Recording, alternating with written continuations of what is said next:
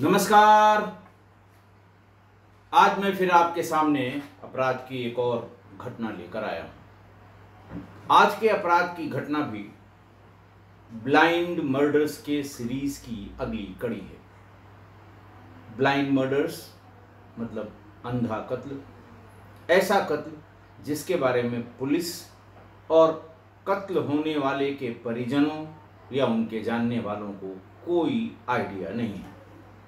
ज़्यादातर ऐसे केसेस में बहुत समय लगता है ये पता करने में कि आखिरकार इस कत्ल के पीछे कौन है। मैंने तमाम ऐसी भी घटनाएं आपको बताई हैं जिनमें कत्ल तो हुआ, पोस्टमार्टम रिपोर्ट में कत्ल की पुष्टि हुई, लेकिन जिसका कत्ल हुआ, जिसका मर्डर हुआ या जिसकी हत्या हुई, उसकी पहचान ही नहीं हो पाती। महीनों महीनों और किसी किसी अपराध में सालों बाद मरने वाले की पहचान हुई, तब विवेचना आगे बढ़ी। आज का भी जो वाकया है, आज की भी जो घटना है ब्लाइंड मर्डर की, उसमें भी करीब करीब 8 महीने लग गए थे कत्ल को खुलने में। वाकया 6 जुलाई 2021 का है। राज्य है दिल्ली, दिल्ली का पालम इलाका। पालम के जो नई बहुत ढेर सारी कॉलोनीज वहां पर डेवलप हो गई हैं पालम में, और लोग बसे हुए हैं वहां आसपास। पहले ये एकदम खाली वीरान हुआ करता था, लेकिन आज की तारीख में बहुत ही घना बसा हुआ इलाका है।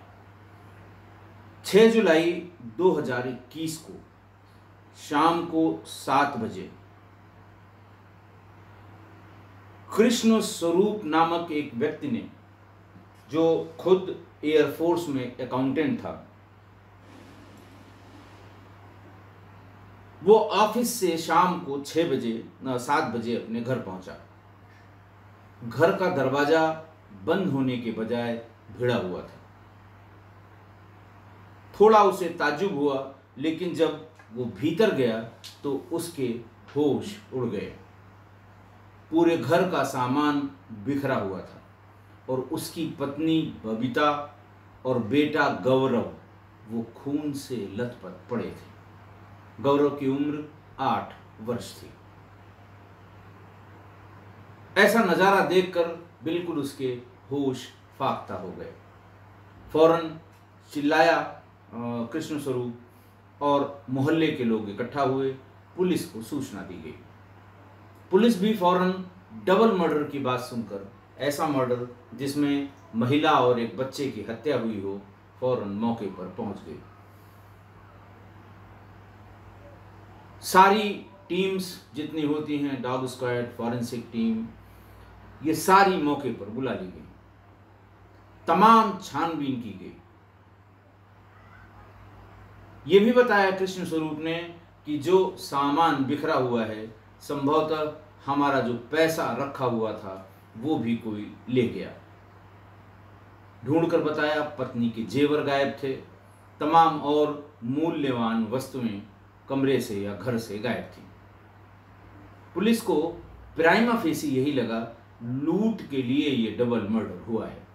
यानी कि जो भी लोग भीतर आए होंगे, जो भी बदमाश भीतर आए होंगे, उन्होंने लूट के इरादे से महिला और बच्चे पर वार किया होगा अगर उन्होंने विरोध किया, और उसके बाद सामान और मूल्यवान वस्तुएं लूट कर चले गए।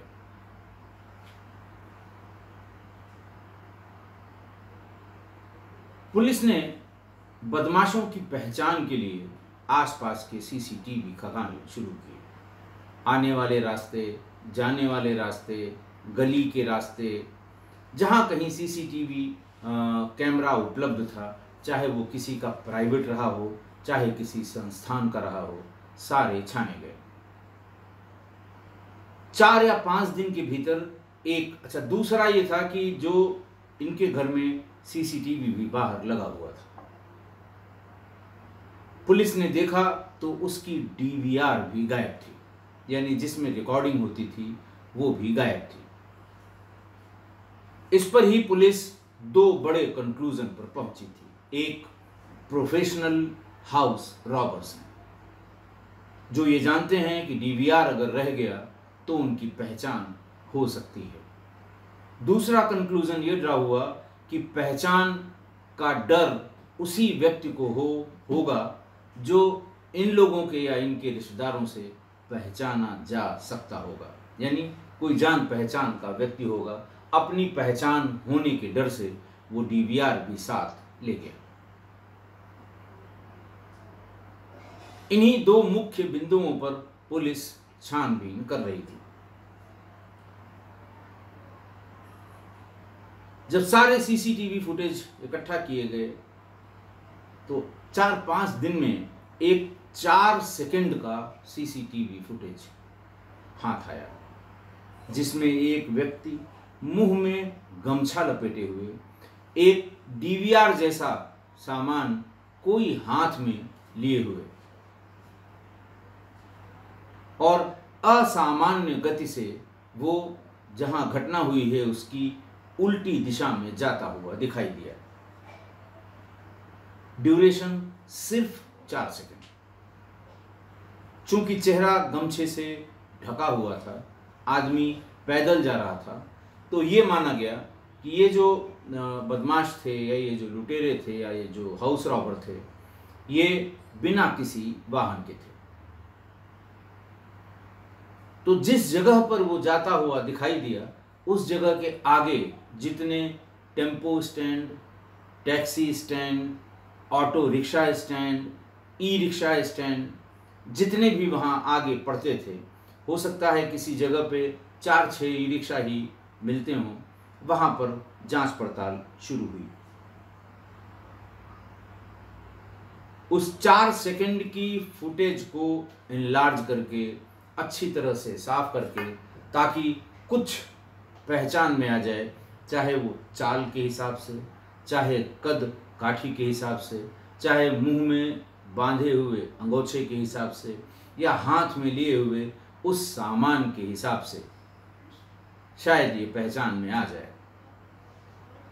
तमाम इसके प्रिंट निकाले गए उस फोटोग्राफ के और आसपास ही टेम्पो, टैक्सी, रेहड़ी, ठेले, खुंचे, इन लोगों को बार बार दिखाए गए।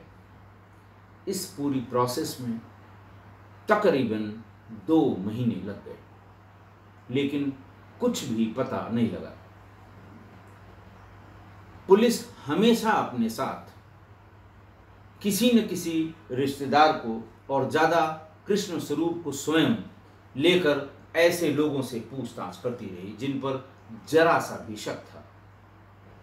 थाने के रिकॉर्ड में जो प्रोफेशनल रॉबर्स थे उनको एक एक करके उठाया गया और कृष्ण स्वरूप से और बाकी रिश्तेदारों से उनको पहचानवाने की कोशिश की गई। कोई नतीजा नहीं निकला। बीट के सिपाहियों को यह कहा गया कि आप अपनी डायरी में, अपनी गाड़ी में, अगर 2 व्हीलर मोबाइल है तो उसमें ये कलर्ड फोटोग्राफ रखें। जिस किसी से पूछताछ करें उसको ये दिखाएं जरूर। करीब 2 महीने बाद ई रिक्शा वाले एक व्यक्ति ने कहा कि साहब, मैं इस आदमी को कुछ पहचान रहा हूं। ये हुआ कि इतने आदमी तुम रोज बिठाते हो और 2.5 महीने करीब हो गए हैं, तुम ये कैसे कह सकते हो कि ये तुम्हारी आंख के सामने से गुजरा है? बोले हाँ साहब, जब ये आदमी हमारे ऑटो पर, हमारे ई रिक्शा पर बैठा था तो इसके हाथों में खून लगा हुआ था, कपड़े पर खून के छींटे थे और उसने बहुत दूर नहीं, पालम के एक उस पे जो लोकल ट्रेन्स होती हैं उसके मेट्रो स्टेशन के पास जाने की बात कही थी।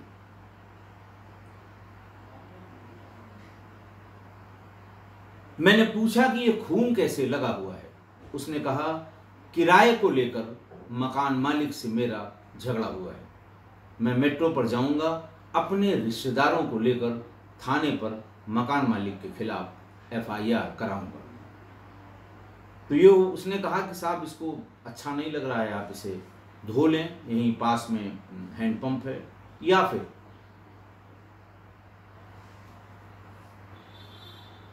पानी हम ले आते हैं, हम आप हाथ को धो लें। तो उसने कहा नहीं, चोट के साथ मैं पुलिस के सामने जाना चाहता हूं, ताकि पुलिस भी देख ले कि कैसी मारपीट हुई है। उसके बाद उसने कहा, मैं चुप हो गया। वो बैठा और पालम पर उतर गया। अब पुलिस के पास ले दे के 2.5 महीने में एक क्लू मिला, एक ऑटो रिक्शा वाला जिसने ये बात बताई, और वो बात तर्क संगत भी थी। जिस तरह से हत्या की गई थी, किसी भारी चीज से सिर को कुचल कर हत्या की गई थी।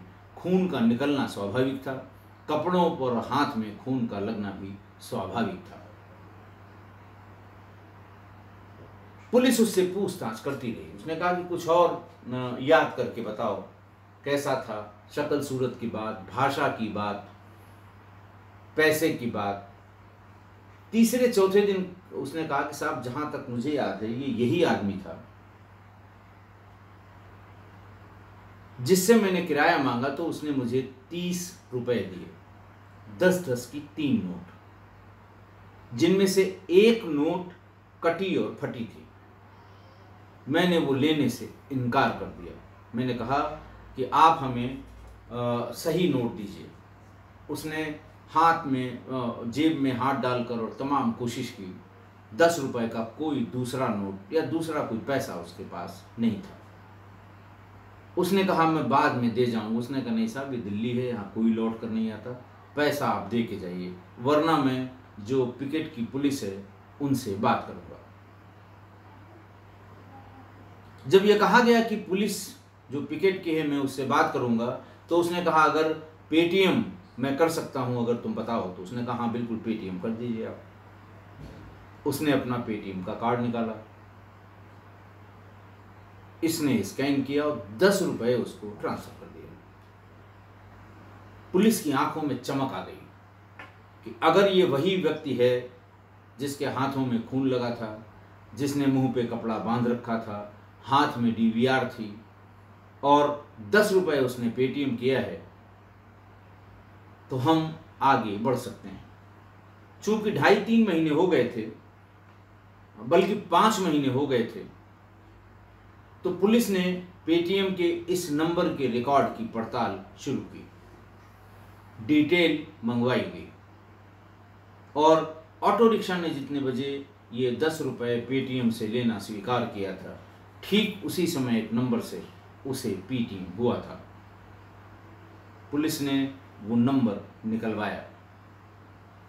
उसका जब कैफ कस्टमर एप्लीकेशन फॉर्म निकाला गया, उस पे जो फोटो लगी हुई थी, पुलिस देखते ही चौंक गई, क्योंकि ये व्यक्ति पिछले 6 महीने से लगातार पुलिस के साथ था, और जो मृतका और उसके बच्चे थे कृष्ण स्वरूप इसी को लेकर हर जगह आता जाता था।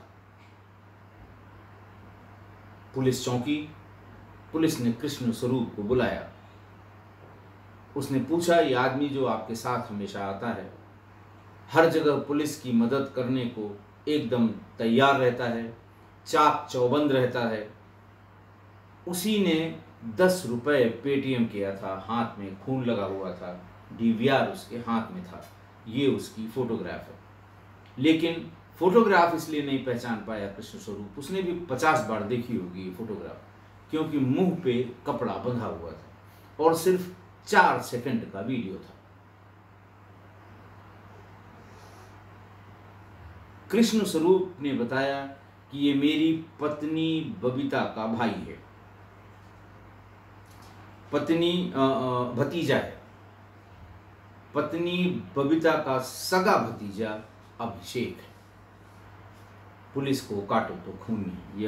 ये अभिषेक पिछले 6-7 महीनों से पुलिस के साथ ही साथ घूम रहा है। जब टेम्पो स्टैंड पर, टैक्सी स्टैंड पर, जहाँ जहाँ सीसीटीवी फुटेज निकालने की जब बात हुई थी, तो पुलिस वालों के साथ ये ऐसी हर जगह गया था जहां पर सीसीटीवी कैमरे हों। वो तो पता लगने के बाद पता लगा, ये जानकारी हुई कि वो क्यों इस तरह से घूम रहा था कि हम कहीं प्रकाश में आ रहे हैं कि नहीं आ रहे हैं। पुलिस उसको थाने पर उठा लाई। पुलिस उससे दाएं बाएं से पूछती रही कि शायद ये अपने से बता दे, लेकिन जैसा मैं बताता हूं, अपराधी अपने से बताने से रहा। वो तो ये तय करके चलता है कि कितना मारेंगे। मारने की भी एक लिमिट है, पूछने की भी एक लिमिट है। अगर बर्दाश्त कर गया तो साफ निकल जाऊंगा। मैंने बताया एक बहुत ही कॉमन तरीका है, जब नए पूछताछ करने वाले हों तो जीभ को दांतों के भीतर दबा के जोर से दबा दीजिए, उसमें ब्लड आ जाएगा और थोड़ी देर बाद उस ब्लड को मुंह में इकट्ठा करके जोर से खांसी लगा के जहां पूछताछ हो रही है वहीं पूरा खून मुंह से उलट देगा वो। पुलिस घबरा जाएगी कि अरे बाप रे, तो मर गया, ज़्यादा मार दिया, ब्लीडिंग होने लगी, इंटरनल ब्लीडिंग होने लगी। पुलिस सारी पूछताछ छोड़ के उसे अस्पताल लेकर जाती है। डॉक्टर भी बड़े सयाने हैं, देख के बता देते हैं कि ड्रामा कर रहा है, जीभ कटी है। फिर वही कार्यक्रम शुरू होता है, फिर वो बेहोश होने का नाटक करते हैं। उनको लगता है जितना टाल सको, जितना बर्दाश्त कर सको, उतने में ही हमारी बचत है। यही अभिषेक ने भी किया। खैर, थोड़ी देर में जब पुलिस अपने पर आ ही गई, सारे ड्रामे क्रॉस करने के बाद, क्योंकि पुलिस के पास ऐसा अकाट्य तर्क, ऐसा अकाट्य एविडेंस था कि एक आदमी हाथों में खून लगा हुआ, डीवीआर हाथों में लिए हुए, उसी दिशा से जहां यह घटना हुई है आया है, टेम्पो किया है, ई रिक्शा किया है, मेट्रो स्टेशन तक जाने के लिए उससे तय किया है। ऑटो रिक्शा वाले ने पूछा भी है कि भाई ये कैसे लग गया आपके हाथों में खून। उसने एक बात बताई। उसके बाद अपने फोन से उसने पेटीएम किया, जिस पर उसकी फोटो लगी है कस्टमर एप्लीकेशन फॉर्म में, कैफ में। इसलिए पुलिस कंफर्म थी, उसके मुंह से कहलवाना चाहती थी। और हुआ भी ये। जब बिल्कुल पीक पर पुलिस अपनी कार्रवाई में, अपनी पूछताछ में पीक पर थी, तब जाकर वो टूट गया। और जो कारण बताया, वो कारण सुनकर सब हक्का बक्का रह गए। बबीता अभिषेक की बुआ लगती थी, उसके पिता की सगी बहन लगती थी।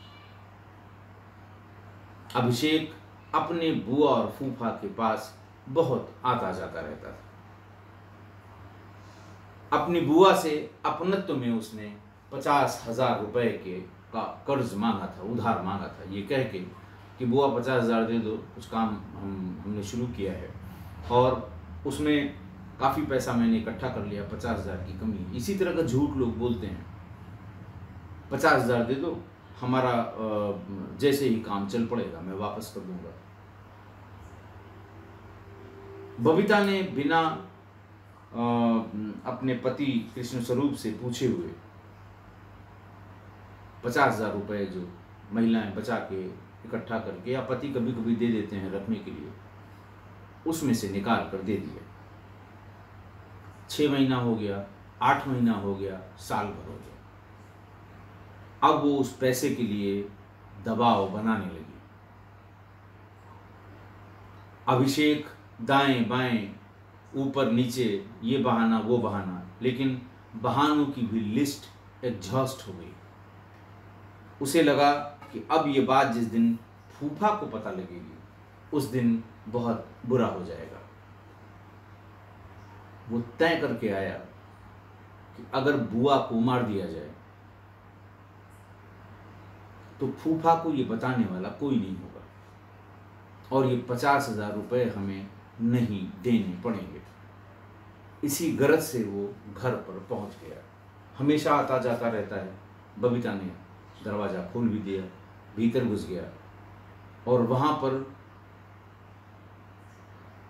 कृष्ण स्वरूप का डंबल रखा हुआ था, जो डंबल जिससे लोग कसरत करते हैं।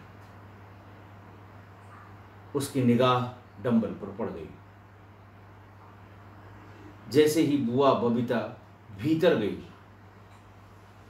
चाय बनाने के लिए या नाश्ता लेने के लिए या पानी लेने के लिए, उसने डंबल का पूरा प्रहार बुआ के बेटे के सिर पर कर दिया,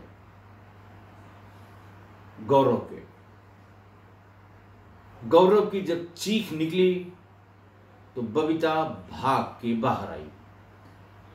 उसने गौरव के सिर को या शरीर को लहू लुहान देखा। इसके पहले वो कुछ बोल पाती, अभिषेक ने उसके सिर पर भी डंबल से इतना कस के प्रहार किया कि वो गिर पड़ी और गिरने के बाद तो कई बार डंबल से मार के उसका सिर कूंच दिया, और ये इंश्योर करने के लिए कि गौरव भी कहीं जिंदा न बच जाए, उसके भी सिर को अच्छी तरह कूंच दिया। फिर इत्मीनान से पूरे घर के सामान को उलट पलट कर दिया। कैश जो मिला वो उसने जेब में रख लिया। बाकी जिस गहने की बात कृष्ण स्वरूप बता रहे थे वो बाद में ढूंढने पर घर के भीतर ही दूसरी जगह पर मिल गया। पहले उसने एक बार सोचा कि लेके चले जाएंगे, लेकिन फिर ये लगा कि कहीं चेकिंग हो गई तो इतने गहनों के बारे में हम क्या किसी को बताएंगे। उसका पर्पस तो ये था कि हमारा 50,000 रुपये हमें न देना पड़े। अपनी सगी बुआ और अपने सगे फुफेरे भाई की हत्या सिर्फ 50,000 के लिए। मानवीय रिश्तों का इतना ह्रास, इतनी गिरावट, सोच में इतनी गिरावट, ये बहुत मुश्किल दौर से हम गुजर रहे हैं। बहरहाल 8 महीने बाद, कत्ल के 8 महीने बाद पुलिस ने इस कत्ल का खुलासा किया। तारीख थी 16 मार्च 2022। कत्ल की तारीख थी 6 जुलाई 2021।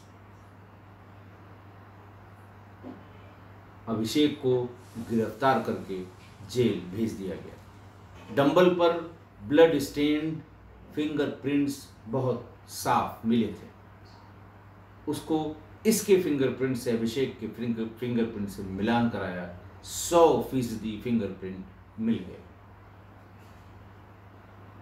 और भी तमाम चीज़ें, जैसे 4 सेकंड का वो CCTV फुटेज, बैटरी रिक्शा वाले का बयान, पेटीएम से पैसा ट्रांसफ़र करने का इलेक्ट्रॉनिक एविडेंस, इन सब के आधार पर उसको जेल भेज दिया गया। आप देखिए कि अगर 10 रुपए की वो फटी नोट न होती और उसे पेटीएम न करना पड़ता तो अगले 8 साल तक भी इसका खुलासा हो पाता, इसमें भी मुझे संशय है। कोई चीज़ पहचान की या लीड करने की नहीं थी और कातिल पुलिस और परिवार के साथ साथ 24 घंटे घूम रहा था। कभी किसी का दिमाग भी न जाता कि यही आदमी है जिसने हमारी पत्नी और बेटे का कत्ल किया है। अगर वो 10 रुपए की नोट न होती तो जिसके बदले में उसे पेटीएम करना पड़ा, जिसके लिए ऑटो रिक्शा वाले ने जिद कर ली कि हमें पैसा दीजिए नहीं तो हम पुलिस के पास जाएंगे। आज की घटना, आज एक लड़के ने आज की घटना में एक लड़के ने अपनी बुआ और उसके बेटे की इसलिए हत्या कर दी कि महज 50,000 रुपये वापस न करने पड़े। यानी बुआ ने बिना फूफा की जानकारी के अपने भतीजे को 50,000 रुपये उधार दिए थे और मांगने पर बेचारी मारी गई। उधार की रकम, प्राइवेट लोन की रकम गांव के साहूकार से ली गई कर्ज की रकम, आपस में लेन देन में उधार में ली गई रकम, ये सभी मनमुटाव का कारण बनते हैं। मैं इस तरह के अपराध के सिलसिले में कई बार किस्सा गोई परिवार को आगाह कर चुका हूँ कि उधार का लेना देना कम से कम करें। हालांकि उसमें टिप्पणी में लोगों ने कहा कि साहब सारा व्यापार ही विश्वास पर चलता है, उधार दिया भी जाता है, लिया भी जाता है, इसको बंद करना नामुमकिन है। व्यवसाय के सिलसिले में लेन देन में भी इस तरह की घटनाएं हुई हैं, लेकिन व्यक्तिगत संबंधों में लेन देन ज़्यादातर मामलों में 80% मामलों में मनमुटाव का कारण बनता है। अगर आप किसी को प्रेम व्यवहार में दे रहे हैं पैसा, उधार, जो कुछ भी है, तो भूल जाइए, दे के आप भूल जाइए। आप याद रखेंगे, समय के बाद आप तगादा शुरू करेंगे, आप मांगना शुरू करेंगे, आप परेशानी में पड़ेंगे। जिसको आपने दिया है अगर वो भला व्यक्ति है, ईमानदार है, तो बिना आपके मांगे ही वो आपका पैसा चुका देगा। अगर उसे कुछ समय चाहिए होगा तो समय मांग लेगा, लेकिन एक बार या दो बार के मांगे हुए समय पर वो ज़रूर आपका पैसा वापस कर देगा। लेकिन अगर लेने वाले की नीयत में खोट है तो वो ऐसे सारे उपाय करेगा कि ये पैसा न देना पड़े। झूठ बोलेगा, दयनीय हालत बनाएगा, अपने और कर्जा होने की बात बताएगा, ये कहने के लिए बार बार कहेगा, ये बताने के लिए कि साहब कर्ज में डूबा हूँ, पैसा होते ही मैं दे दूँगा। ये बताएगा कि मेरी फ़लाँ ज़मीन या फ़लाँ मकान बस अब बिकने वाली है, मैं जैसे ही पैसा मिलता है वापस दे दूँगा, लेकिन देगा नहीं।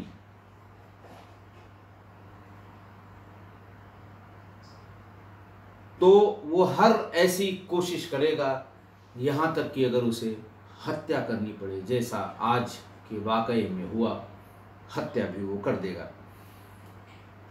तो ये मान कर चलें कि अगर आपका भाग्य बहुत प्रबल है तभी आपका पैसा वापस मिल सकता है। देखिए, पहले जब हम लोग बहुत छोटे थे, अपने माँ या पिता के साथ मार्केट में जाते थे, जिद करके जाते थे, वो कोई सामान लेना हो, उनको कपड़े लेने हों, तो वहाँ एक तख्ती पे बड़ा बड़ा लिखा रहता था, उधार प्रेम की कैंची है। बहुत साल लग गए हमको ये समझने में ये किस तरह की कैंची है उधार के लिए लिखा गया है, लेकिन बाद में धीरे धीरे ये पता लगा कि ये मुहावरा है। प्रेम को ये काट देता है, संबंधों को वो काट देता है, इसीलिए इसको कहते हैं उधार प्रेम की कैंची। प्रयागराज जहाँ का, यानी पुराना इलाहाबाद जहाँ का मैं रहने वाला हूँ, वहाँ जो छोटे छोटे मार्केट हैं शहर के बीच में, वहाँ लगभग हर छोटी दुकान पर, बहुत बड़ी दुकान पर तो कभी हम लोग साथ में नहीं गए, बहुत छोटी उम्र में, जब 5, 6, 7 में हम लोग पढ़ते थे सारे भाई बहन, लेकिन छोटी दुकानों में सब पे यही लिखा रहता था कि उधार प्रेम की कैंची। बाद में जब ये सब जानने लायक हम लोग हो गए तो एक स्लोगन और दुकानों पर लिखा हुआ मिलने लगा, थोड़ा सॉफ्ट था, थोड़ा ऐसा था जो बुरा न लगे, क्योंकि उधार प्रेम की कैंची है, ये थोड़ा हार्ड है। ग्राहक हो सकता है इसको देखकर मन में कुछ उसे अच्छा न फील हो। तो उसके बाद दिखाई देने लगा कि उधार मांग कर शर्मिंदा न करें। अब ऐसा है कि नहीं ये मुझे पता नहीं, लेकिन उस ज़माने में हम लोग इसे बहुत, उधार मांग कर शर्मिंदा न करें, ये तो समझ में आने वाली बात थी, लेकिन उधार प्रेम की कैंची है, ये हम लोगों को समझने में बहुत साल लगा था, हम भाई और बहनों को। उधार के सिलसिले में चाणक्य कहते हैं कि ऋण यानी कर्ज यानी उधार, ऋण, शत्रु और रोग जितनी जल्दी हो सके समाप्त कर दीजिए, वरना यह आपको कष्ट देंगे। ऋण, शत्रु और रोग। एक दूसरी उक्ति उनकी ये है कि कर्ज में दिया गया पैसा अनर्थ और अन्यायमूलक झगड़ों का कारण होता है। आप भी सोच कर देखिए कि आपने किसी से अगर उधार लिया है या दिया है तो ये सब बातें आपको बिल्कुल समझ में आ रही होंगी। एक और लोकोक्ति है, सूक्ति है कि घर और जीवन तब तक सुंदर है और सुंदर और झंझट या परेशानी से मुक्त है जब तक घर के मुखिया पर कर्ज नहीं है। ये सब पुराने लोगों की बहुत बहुत सालों के एक्सपीरियंस होने के बाद की बात है। पंजाब के लोग जैसे बहुत मस्ती के लिए जाने जाते हैं, बोलचाल में, सामान्य आचार विचार में, व्यवहार में, लाइफ स्टाइल में, और उनके यहाँ की जो पुरानी ठेठ पंजाबी की लोकोक्तियाँ हैं वो भी बड़ी छोटी और बहुत सहज हैं, लेकिन हैं बहुत गहरी। एक इसी तरह की सटीक लोकोक्ति है जो पुराने ट्रेडिशनल पंजाब, अब तो मॉडर्न पंजाब हो गया, ट्रेडिशनल पंजाब में पुराने लोग जो खेतीहर लोग थे वो इस्तेमाल करते थे, आज भी करते होंगे, कि देण फजूली लेण हिकमती। देण फजूली लेण हिकमती, यानी अगर आप उधार दे रहे हैं तो आप समझिए ये फजूल में चला गया, क्योंकि इसको लेने में तमाम हिकमत अमली का इस्तेमाल करना पड़ेगा, बहुत प्रयास करने पड़ेंगे, तमाम दिक्कतें होंगी। ये उधार लेने वालों पर या उधार लेने और देने पर, ये पंजाब की ठेठ पंजाब की कहावत है। आशा है आप मेरी इस बात से सहमत होंगे। आज के लिए इतना ही। बहुत बहुत धन्यवाद।